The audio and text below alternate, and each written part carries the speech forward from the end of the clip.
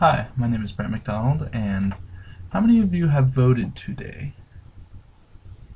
Okay, that's a pretty good amount. I'm here to tell you why you should vote, and also why you need to vote. And so my first 3 points are how to vote, voting today, and why, or the significance of the reason you should vote.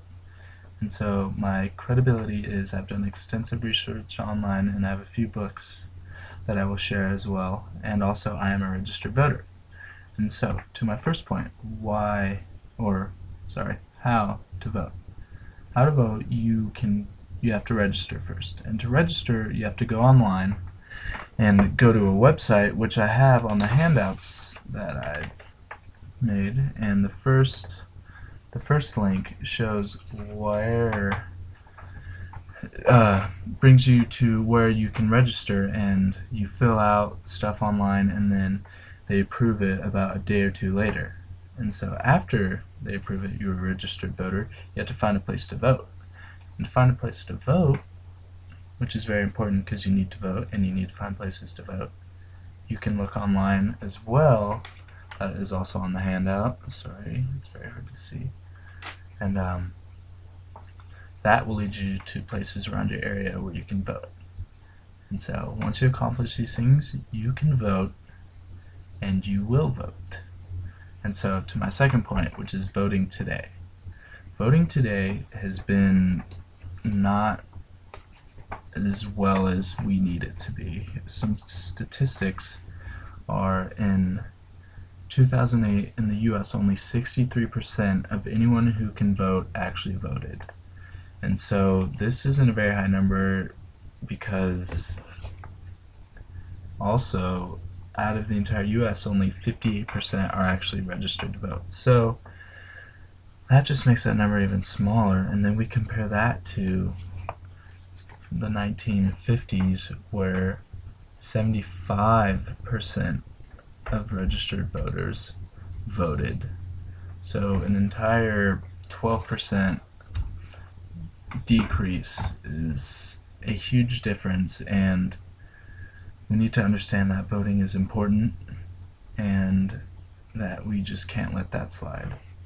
And also, to show some very important elections recently, there's one election between Al Gore and George Bush.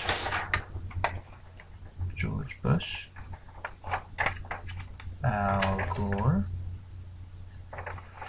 Their vote was pretty notorious because of how close it was. And Bush originally won, or Gore originally won the popular votes by 1.49%, but ultimately Bush won the electoral votes by exactly 1%, and that made him president. So in that final vote came down to a handful of votes in Florida.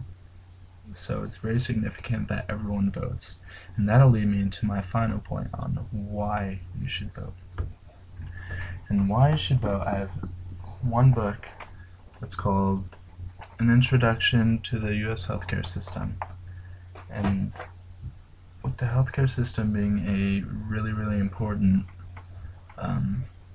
deal today, we as a country elect presidents that can make big time changes. And if you care about your country and you care about your future, you will vote. And voting has everything to do with healthcare and even more, because these leaders choose what to do with this and what to do with specifically healthcare.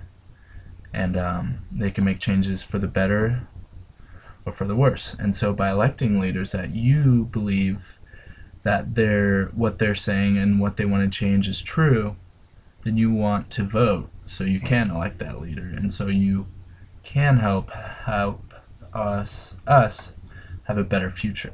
And I also have another book called Barbarian Virtues, and that just shows that we as a society today are not voting as much as we need to. and back then, we need to make it more significant today. And so, to wrap things up, my name is Brett McDonald, and I want you to vote.